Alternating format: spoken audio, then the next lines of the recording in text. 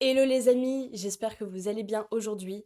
On va aborder un sujet auquel beaucoup d'entre vous sont inconfortables, qui sont le traitement des objections, dont deux principales. Aujourd'hui, ça va être les objections sur les finances. C'est trop cher et je n'ai pas l'argent.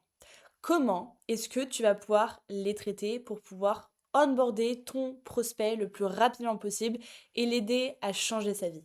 Aujourd'hui, je vais justement te donner la méthodologie exacte que j'utilise avec des questions concrètes, des études de cas, etc.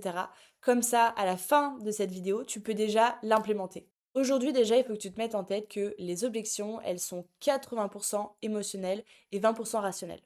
Et donc, on va voir en détail comment est-ce que tu vas pouvoir justement trouver et débloquer ton prospect pour pouvoir voilà, lui permettre de transformer sa vie et de passer de l'autre côté.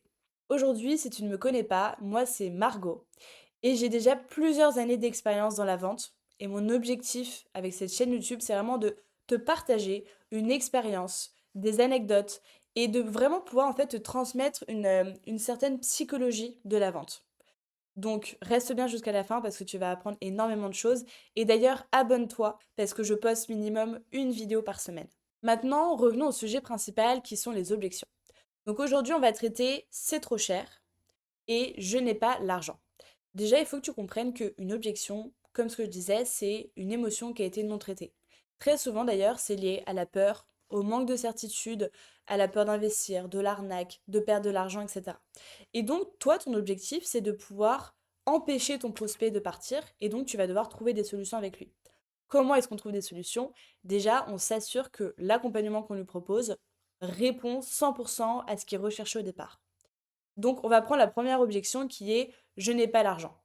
Je n'ai pas l'argent, moi, c'est une de mes préférées parce qu'en fait, c'est vraiment une question qui est une question de logistique. En fait, l'argent, tu peux le trouver. La question, c'est est-ce que toi, tu as vraiment envie de t'engager? Donc, avant même d'aller sur le terrain de j'ai pas l'argent, etc., déjà, on va vérifier avec notre prospect si la solution qu'on lui a proposée lui correspond. En gros, ça donne ça.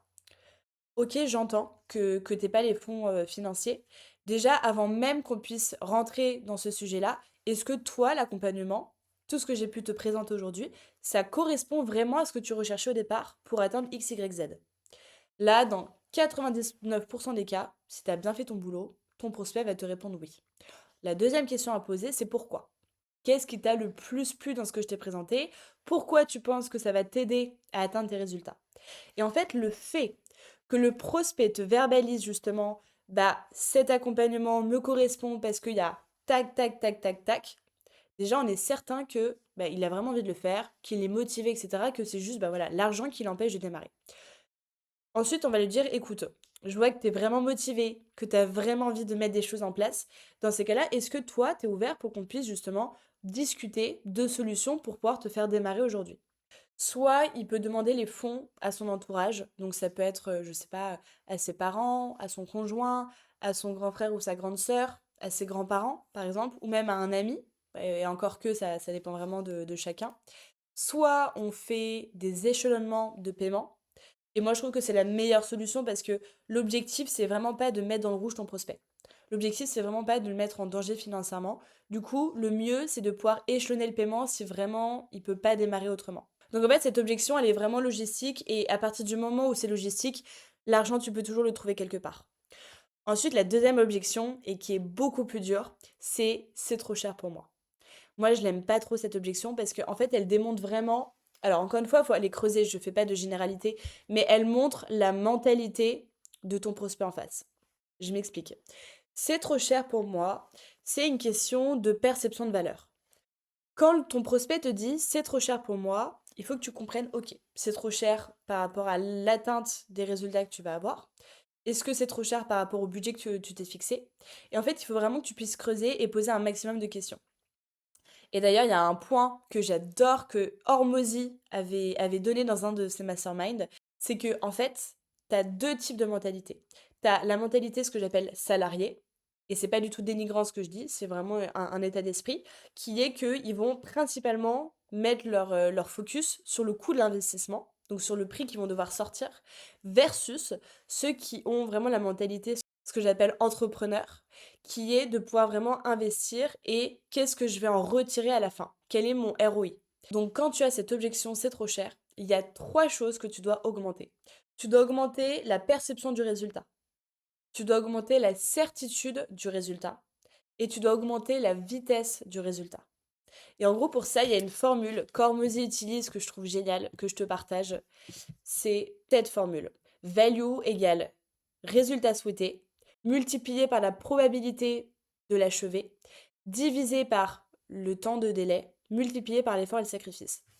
En fait, en 2 mots, quand je vulgarise, c'est que en combien de temps le plus rapidement possible je vais atteindre mon objectif souhaité avec un minimum d'effort et de sacrifice pour maximiser mes résultats. Et en fait, cette formule, elle est hyper puissante parce que c'est vraiment la définition même de la valeur. Et par exemple, pour la petite anecdote, un jour, je proposais un accompagnement en e-commerce à un profil qui était super motivé, super engagé. Et en fait, dans la découverte, il me dit qu'il a envie de faire 10 000 € de revenus. Donc je me dis, ok, bah génial, c'est un objectif qui est hyper ambitieux, mais qui est atteignable si tu mets tout en place pour y arriver. Et au moment où je lui donne l'investissement que ça demande, donc c'était un accompagnement à 3 000 € avec toute une partie logicielle pour créer ta marque de A à Z, toute une partie formation, etc. Et là, il me dit, c'est en dehors de mon budget. C'est trop cher pour moi. Et là, je me dis, ok, donc tu me dis que tu as envie de faire 10 000 €, que tu peux pas investir 3 000 € parce que c'est pas dans ton budget. Et donc là, on va comprendre. Ton budget, il est basé sur quoi? Est-ce qu'il est basé par rapport aux concurrents? Est-ce qu'il est basé par rapport à l'argent qui te reste sur ton compte bancaire? Enfin, en fait, il est basé sur quoi concrètement? Et il me dit, bah, il est basé sur le montant que je m'étais fixé en tête pour pouvoir me faire accompagner et mettre des choses en place.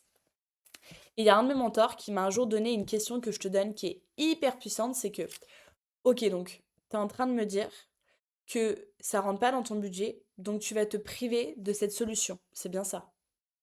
Là, déjà, le prospect, il paraît un peu idiot. Parce qu'en fait, t'es même pas capable d'investir 3 000 balles. Comment tu vas en faire 10 000 dans 3 4 mois? Sachant que t'as aucun plan d'action si tu le fais seul de ton côté. Ensuite, c'est important d'aller creuser, mais pour que je puisse mieux comprendre, comment est-ce que tu t'es fixé ton budget? Basé sur quoi? Et est-ce que c'est basé sur l'importance d'aller chercher X, Y, Z ou sur le montant confortable que tu pourrais investir pour ABCD? Et là, tu vas comprendre. Et donc, c'est important d'aller justement retravailler les résultats, la perception du résultat, la perception de la garantie, de la certitude, etc. Et en fait, nous, notre rôle en tant que closer, c'est justement de pouvoir lui apporter cette certitude, de le prendre par la main, de lui dire, écoute, tu as un objectif qui est très ambitieux et je te le souhaite de tout cœur que tu le réussisses, sauf que ça va forcément demander un investissement au départ.